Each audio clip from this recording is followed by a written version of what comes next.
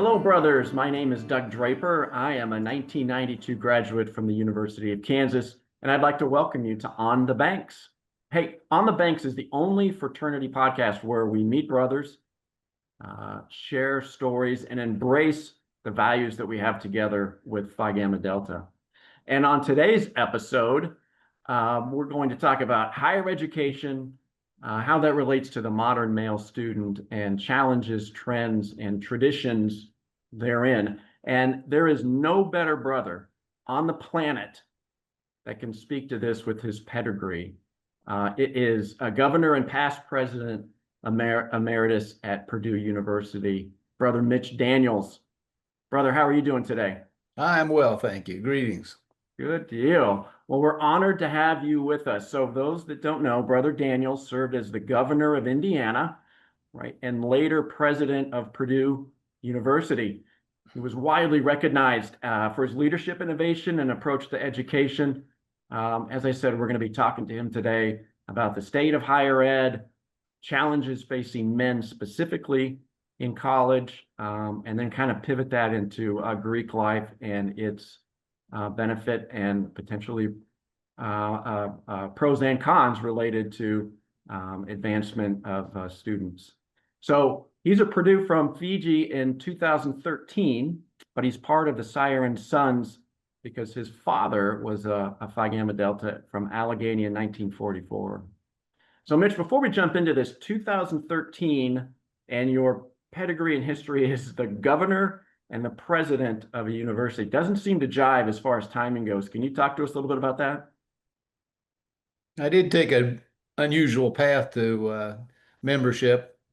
I was in my office that first summer at Purdue University, and the former chairman of the board and the then vice chairman of the board wanted to see me, and of course I said yes. And when they got there, to my surprise, their agenda had nothing to do with education or board business. They said they were there on behalf of the Lambda Iota chapter.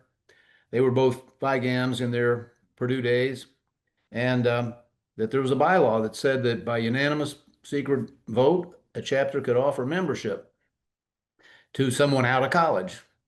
And they were well aware that my dad had been a loyal and lifelong passionate Fiji, and they wanted to know if I'd like to um, be admitted. They made it very plain. They said, "Now listen, this is not some honorary thing. You'll be a full member. You'll go through initiation like anyone else." I said, "What? You're going to take me out to, you know, Fowler, Indiana, and drop me in a cornfield with no clothes?" And they said, "Well, no, we're going to skip that part, but you will go through the initiation ceremony." And a few months later, I did with my classmates, as I always thought of them. Oh, It was very moving. If you don't mind my telling you the story, first of all, they said, you can bring some Fiji friends. And so I invited some other people whose college days were long behind them. And in that chapter room, when I was initiated with my brothers, um, was a future governor of Indiana, a member of the Supreme Court of our state, a couple CEOs. It was, and they had as much fun as I did. yeah. But anyway, one last thing, a couple days before the ceremony, on a whim, I called my sister, who had my folks' effects, and said, "Deb, long shot, but look for a triangular purple pin in Dad's things." She finds it. And so to me, the most memorable part of a very memorable evening was I was initiated with the same pin he had been, as Mm. you said, at Allegheny College, 69 years before. Wow. What an awesome story, because it's, the non-traditional aspect of it. I knew about the ability to do what you went through, but I would say 99.9% of the people are like, hey, if you graduate from college, then your opportunity to become a member of our organization ends, and that's definitely not the case. So Yeah, well, I appreciate left that. out a material fact. I went to a school that didn't have Greek fraternities. Hmm. If I'd gone to a school especially if it had a Fiji chapter, I always said if I didn't come home with Fiji, he wouldn't have let me back in the house at Christmas break. But our university didn't have that. And so I never had the opportunity until my brothers at Purdue gave it to me. Yeah, wonderful story. Thank you. And so for our listeners, we're going to take this conversation kind of think of it like a funnel. We're going to speak to the kind of the higher topic of current state of higher education. Then we're going to focus that down into how male students and the male experiences specifically. And then the bottom of the funnel, we're going to talk a little bit about how Greeks and Greek organizations can participate in it. So to follow along with the flow. So, Brother Daniels, I'm gonna start the conversation because I wanted you to think back and kind of think what was your most proud. I was going to say memorable, but I think in this instance it needs to be proud. What was your proudest moment in terms of advancing higher education in Purdue? I know that's kind of a loaded question, and you could answer that thing in an hour and a half, but I think it's a good way to start. I would pick the fact that as a land grant school, a lot of people don't know we are. Some people don't even know that we're a public university, but we are. Hmm. We grew 30% while standards went up. They weren't diluted, they rose. And there's a lot of Hmm. factors involved there, but over our years, we had record applications and record enrollment year on year on year, which meant that we were sending into the world. Because we very intentionally, it was one of my motives in going there, wanted to contribute to the need for more scientific and technological talent in the nation. Purdue is now turning out more engineers and STEM graduates than anybody. Hmm. And so I feel that we were uh, serving our students well, more of them than ever, and serving our state and nation well. And I guess if I had to single out one thing out of many, that would be my choice. Love it. Love it. So, saying that, how do you think universities have changed over, I don't know, the last decade? And when I mean change, and to be honest, if you want to go back more than a decade, right? I mean, your experience there has been long and successful, but kind of like the structure, financial aspects of it, even the culture of it would be. So, what we just talked about, kind of your proudest moment. Talk about how you think have things have changed, either while you're there or since you've seen when you've been out of the presidency. The two answers that come most quickly to mind are um, not for the better and not enough.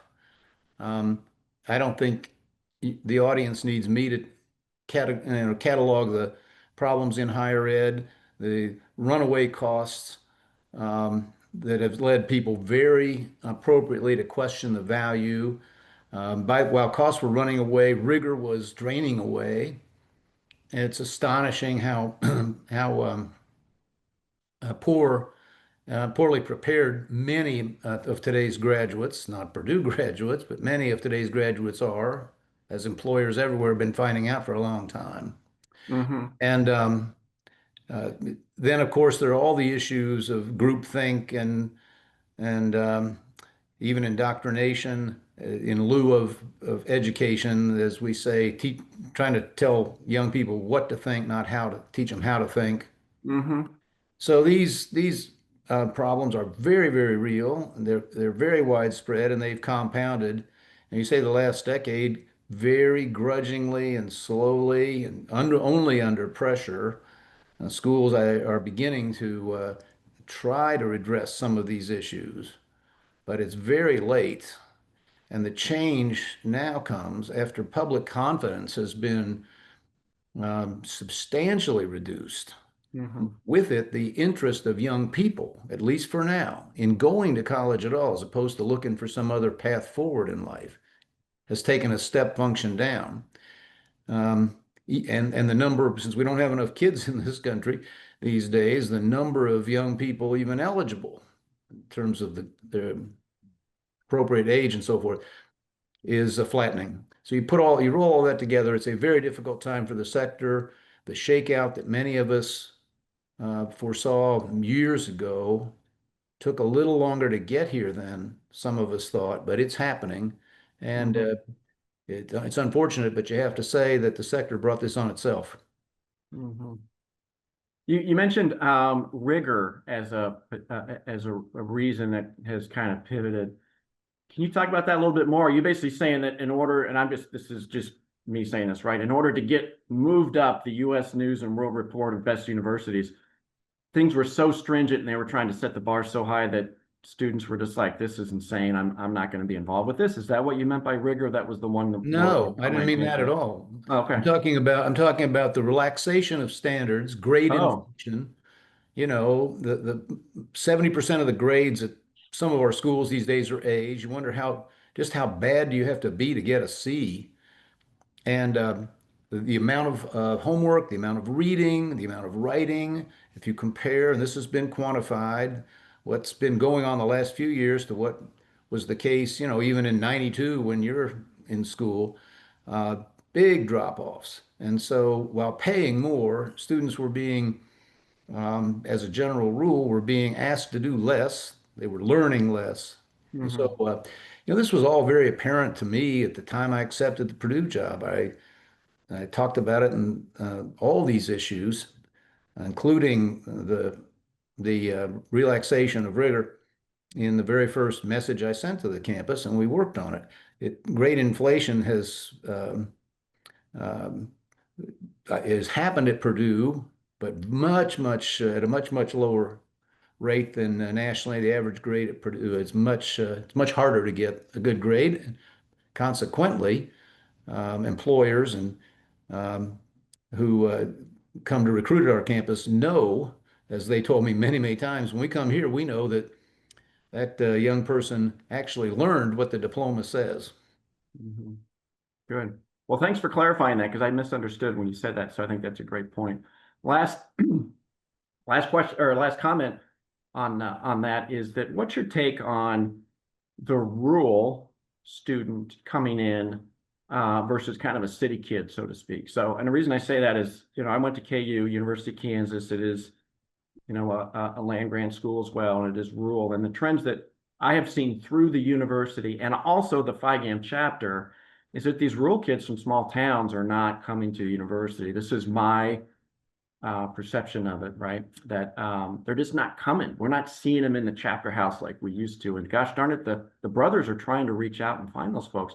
Did you see that being, a state like Indiana? Are you seeing more people come in from big cities or are small towns still coming in? That's the question. I've seen it to some extent. The you say exactly the same thing about our inner cities, where we were getting few, if any, students at all. Hmm. Those few who applied, most of them weren't able to meet our standards. We started high schools, three of them so far, in inner cities in Indiana to try to lift the number of kids coming from that background. But yes, from rural spaces, sure. Um, but I will say this, those that do come, and we still have a very substantial number from smaller towns and even that 1 or 2% of the state that's still actively farming. Um, I will say this, it's not the question you asked, but I would say in a very general sense, they have an advantage. It may not be that their school prepared them very well. We have very difficult problems in K-12. Any university, honest university, um, officer will tell you this, the readiness of the young people coming out of public education, um, traditional public education, is all too often inadequate. But Hmm. um, what we all know as a common sense matters as much probably as IQ and innate candle power and even the degree of preparation that an entering student has is their work ethic and their willingness to do the work. We talked about grit a lot at Purdue University. It's part of the personality of the school, always has been. I will just say, in a very general sense, our rural kids are more likely to bring that with them than some of those who grew up in, let's say, more prosperous suburbs. Hmm. Great. Good point. I want to switch over specifically to kind of the modern male student. excuse me, and the challenges and trends there.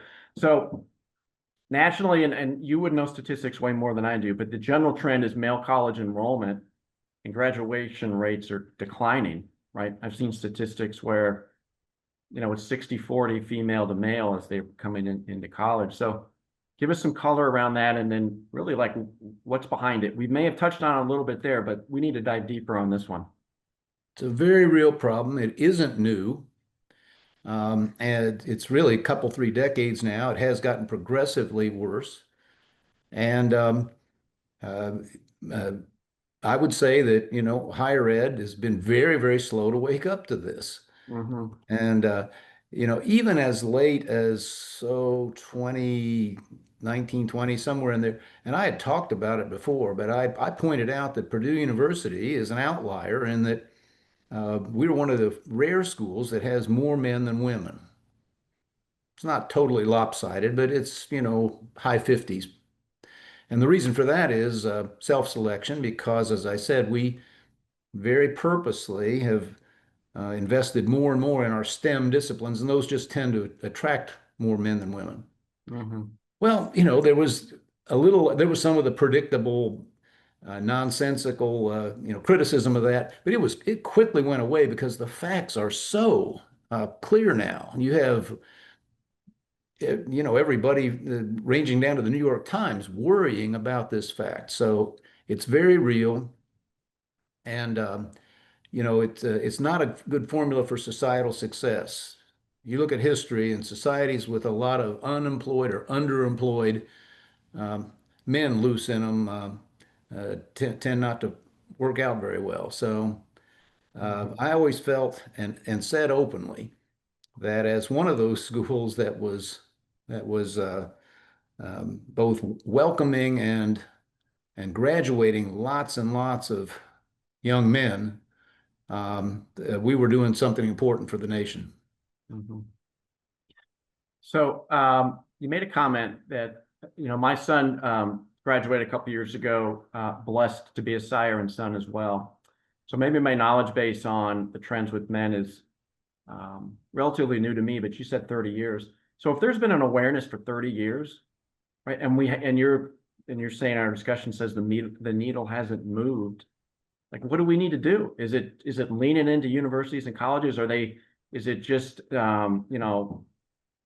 pencil whipping the idea? Or, I mean, 30 years is a lot. You would think that there could be something to move the needle in the right direction. So what's your take on that? Why hasn't ad been improved? I mean, I talk to me. I don't have a magic answer for this. Um, there's so many other things at play and working against the improvement here. The fact that so many young men have drifted into gaming uh, and and other pursuits that take them away from reality, take them away from the kind of preparation and work that they would need to do to go to college. This is certainly, factors like that aren't helping. Um, but in honesty, the university's been, if anything, leaning the other way. It's so much emphasis on that so-called DEI and um, even the denigration of men. Um, has certainly not made it more attractive. We had that period again. I think the needle has come back on center a little bit. We had this period of I don't know, frenzy may be too strong, but intense focus on sexual harassment and so forth, and definitions getting stretched and stretched, guilty till proven innocent regimes at a lot of schools. Young men looking at that could easily have concluded, I'm not welcome there, or it's not safe for me. Mhm, mhm. Yeah. So it's a good follow-up. So what have you noticed? So this is still related to kind of the men piece, but it's a different question as far as how men and women approach, leadership opportunities as they graduate, right? So trying to craft this question while we're talking, Mitch. So, um, the STEM focus at universities. I live out in Colorado, and Colorado School of Mines, I think, has a similar demographic as what Purdue does. But your general, taking that aside, right? So the men, the leadership that comes out with men and the leadership that comes out with women, right? Is that approach similar that you've seen? Is it dramatically different? Because there is still a gap when you get into the professional world and you start implementing the skills that you developed at a university, regardless of where that is. Is it a different approach with leadership? Talk a little bit about that, because that's the end result, if you will, from being out of college. And hopefully that question makes sense. There's a question in there. You're a smart man, and hopefully you can help me pull it out. I don't think there's is or should be any particular difference. We need well-prepared, principled, courageous leaders, regardless of gender. We have all sorts of programs that, at Purdue, I'm sure every school does. There have been a lot of emphasis on women leadership programs, and that's fine. That's entirely as it should be. It may have been a little more taken for granted that men will develop those aptitudes or don't need special programs, but to attain them. But we have those too. We made a big emphasis always on on our students having at least one extracurricular activity in which they are very active, not just casually active. Mhm. And that's aimed at cultivating what the characteristics that we associate with leadership. But just to stay on topic here, I don't know a better preparation for adult life than is found in at least the typical fraternity or sorority. Mhm. Um, The only thing that came close that I saw at Purdue was a close analog, which was the co-op housing, where students not only live together, but cook for each other and clean and do minor repairs and things like that. But these are excellent training grounds without Mhm. any special programming being necessary. Mhm. I love it. That was the transition I was going to do, brother. It's it's Glad to perfect. help Kind of, out. yeah, yeah. That's great minds think alike, I guess, right? And hopefully mine is in the great category.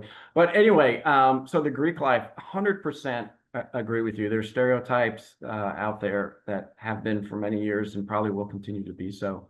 But you just touched on it, right? But I want to get you to read a little bit about the value and relevance it has, specific as men. Let's back it up and even say just Greek in general, right?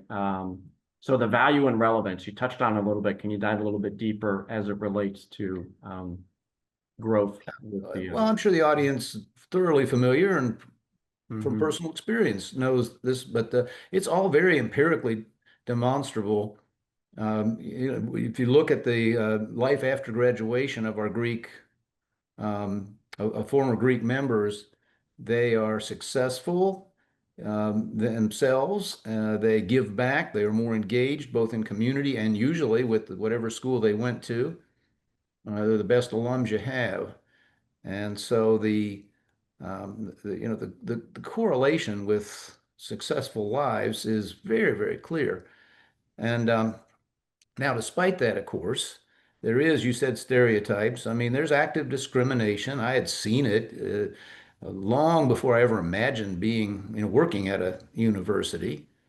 Um, it's almost endemic in the academic mentality, I think, to um, frown on activities of that sort. You know, I don't have to tell you, but it's very, very important these days that our Fiji chapters, all Greek organizations, especially the fraternities, conduct themselves honorably, and because there's always going to be somebody ready to pounce on the smallest, even the smallest mhm, infraction or misconduct.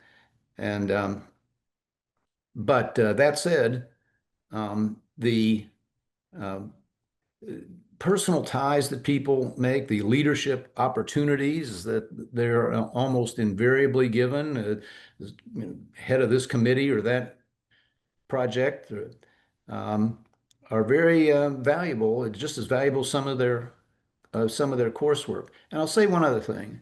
Hmm. The by now it's pretty well understood. I saw it and it bothered me long before I read the first book about it. But young people today, men and women, strangely isolated and lonely. You think in this most connected world we've ever had, this would be the last problem we worry about. And in fact, as we know, this has been labeled the lonely generation. Social media has played a huge negative role here. Um, but it's real, I can tell you. And uh, our fraternities, for men and women, are one of the surest places to for a young person to establish the sort of not only personal friendships and ties that are so important, but the habit of making them. Hmm. And uh, this is some of the problems we've been discussing have been, as I say, there for a long, long time. This one, I would say, erupted in the last maybe 15 years. But in that respect, combating social isolation and fostering as a, the habit of working with and knowing well and deeply other people. You could say, I do say, that our Greek um, institutions have never been more important. 100% agree with that. I always told, excuse me, I always told my son, a firm handshake, look somebody in the eye and make sure your shoes are clean will take you a long way in this world. But those are Yeah, the I skill spent sets. 10 years traveling all over this very representative state of Indiana. It was just the way I did the job. I was everywhere. I went all the, places nobody comes anymore. And Hmm. I taught young men how to shake hands, thousands of them all over the state. I don't know who was taught them before, but yeah, uh, it's astonishing how basic some of these things have to be. Yeah, yeah. Well, I'll make sure my son fast forward to that moment in this conversation so we can hear it from a governor and a president of the Oh, university. okay. That's awesome. So, you talked about everybody listening to this podcast, and you and I both agree the value that the fraternity brings, but the perception is not always there. So, yeah, we're talking about it, but how do we pivot away? What does the fraternity or specific chapters need to do to say, hey, there are good things that we're doing here, and we're developing good men and women, and the skill sets that you and I just spoke about? How does the fraternity help pivot that perception on a campus? I, as I say, there's a certain um, mindset in academia that's very, very widespread that just looks askance at the whole idea. I'm not sure you can do anything to persuade them. The first thing you have to do is not give adversaries of the systems, uh, club to beat you with. Uh, I had lots and lots of dinners or other events in Greek houses, and when I would be in a fraternity, uh, and by the way, with almost zero exceptions, our system, Purdue, I think, has the most Greek members of any university. You can check me on this, but we are way up there. Something like 17% of our undergrads, and we're a big school. And when I was in the Greek houses, I would always remind them, don't screw up. There'll be somebody ready to jump on it if you do, and that will not be a problem just for you or even this house, but for others too. When I would go to visit the sororities, I'd say, don't forget one of your major duties is to keep the men civilized, and they did. But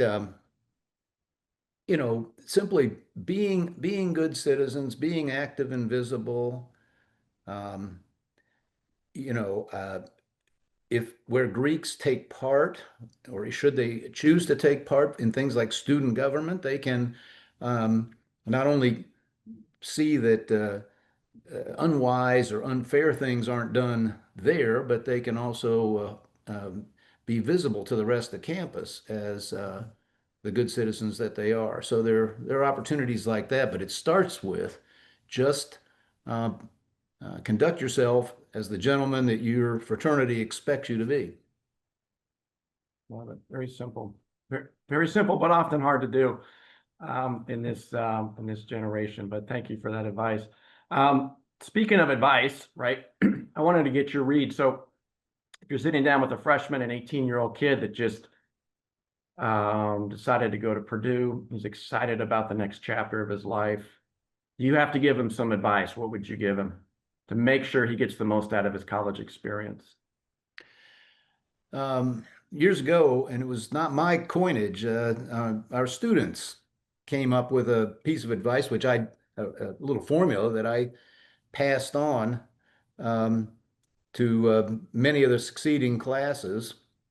And it went, as I recall, 1, 2, 3, 4.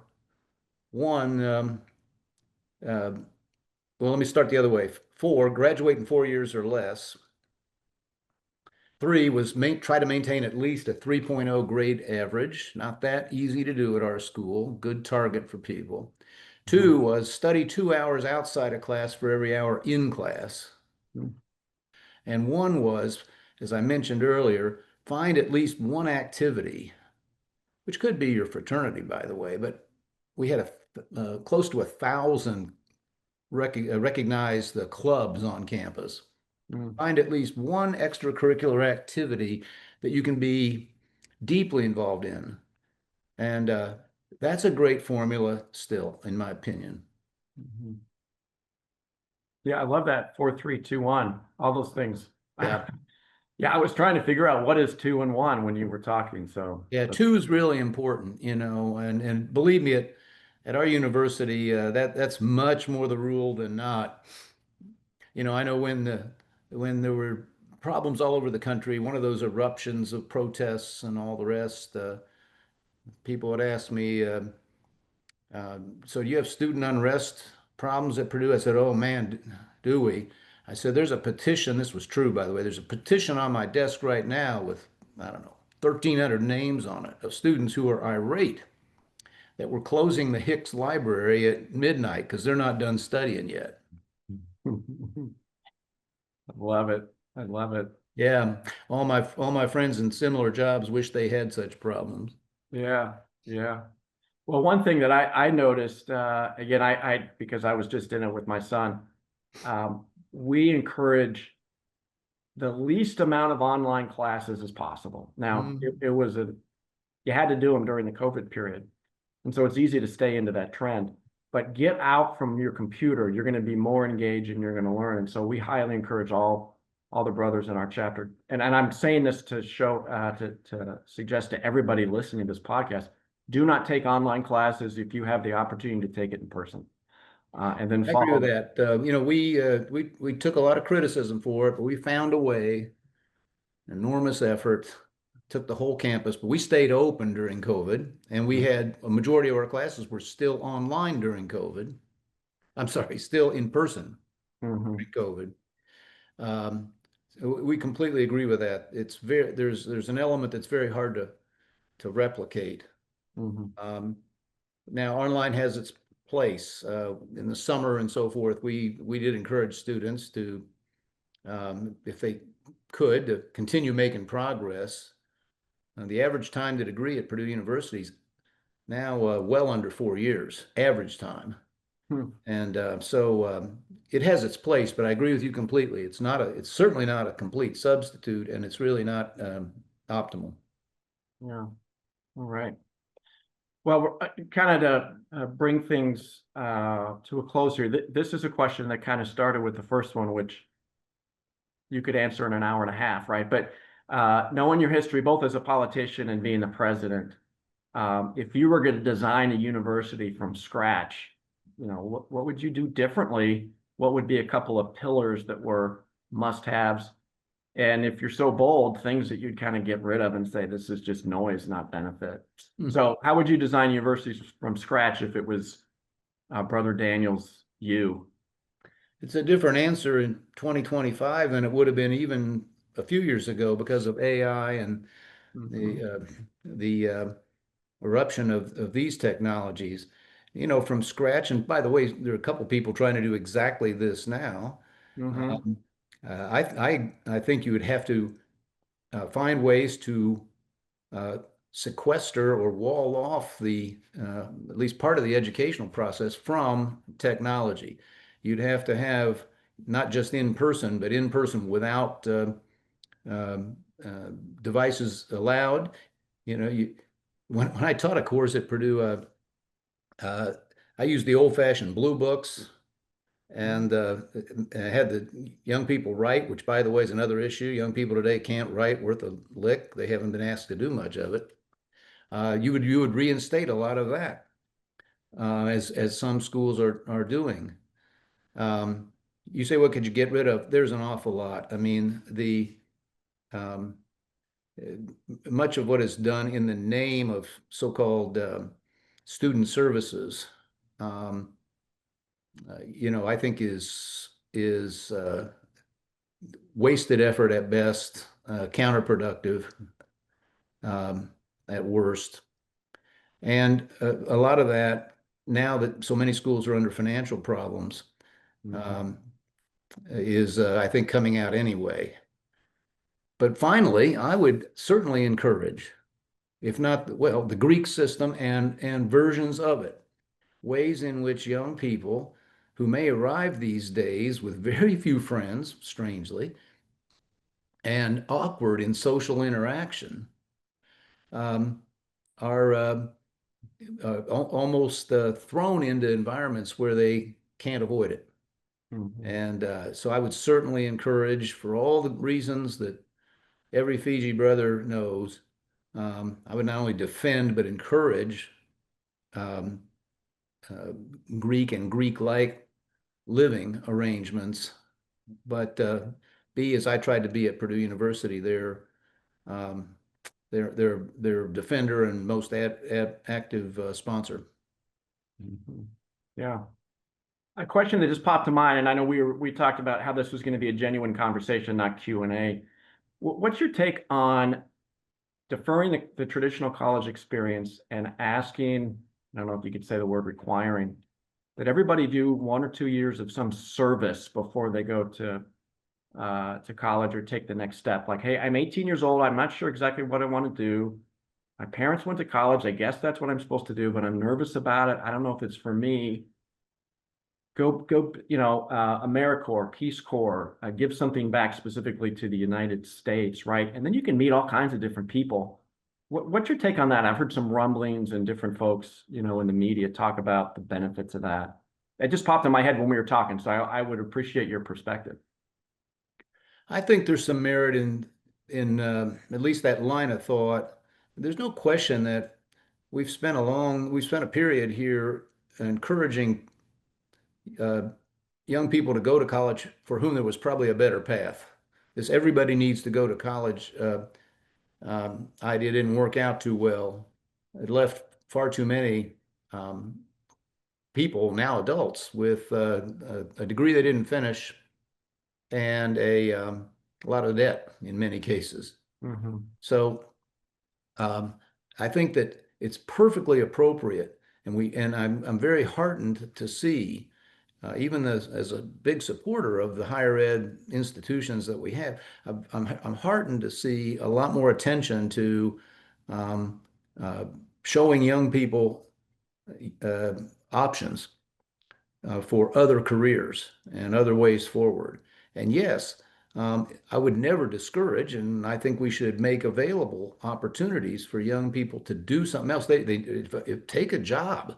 The another astonishing shortfall is how ill-prepared many young people are today for the world of work. Mm-hmm. Um, uh, Work among teenagers is at a very historic low, and if they haven't had a job before they graduate from high school, maybe that's the right first or second step, as long as they don't lose the idea permanently that education that broadens their understanding and strengthens their critical thinking capabilities, all that, all at some point is probably essential. Mm-hmm. Great. Well, I've absolutely enjoyed the conversation. And my last question, Has nothing to do with fraternity or higher education, but it just sparked. What was your first job, and how old were you when you started it? Well, it depends which account. I carried newspapers on the bicycle. I cut grass for people. Yeah, If that's that doesn't exactly what I was count, thinking. I went to work in a giant sort of middle class swim club where I did everything from grilled cheeseburgers to eventually a lot of low level maintenance work. And it didn't pay much, but there were a lot of girls in bathing suits around, so psychic income. Yeah, yeah, great. Yeah, you nail it. That was the question. Not your first professional job, but your first job. Yeah. So, Brother Daniels, I can't thank you enough for being on this show. When I was talking to my family about, yeah, I think tomorrow I'm going to be interviewing a former governor and president of a phenomenal university. They were like, "What? What are you talking about?" And so the pride I have in this conversation and the insight you've given to this topic is just amazing. And again, I want to thank you for being on the show. My pleasure, and I just want to express my gratitude that and and derivatively, I know my dad's that although I was cheated of the opportunity to become a Fiji at the appropriate time, it did come around, and I'm enormously proud of it, and glad to try to support um, the endeavor any chance I get. Excellent. All right. Well, I'd also like to thank our listeners and folks that are watching this as well. We appreciate your engagement. On the Banks, listen, it's one of the only fraternity podcasts. And honestly, I think it's the only one that we bring on some amazing brothers that have done amazing things and talk about all kinds of topics that are relevant to today. So we hope you join us for other episodes. And until those happen, I just want to say I'm mighty proud to be a Fiji. Thanks, Brother Daniels. We'll talk to you later.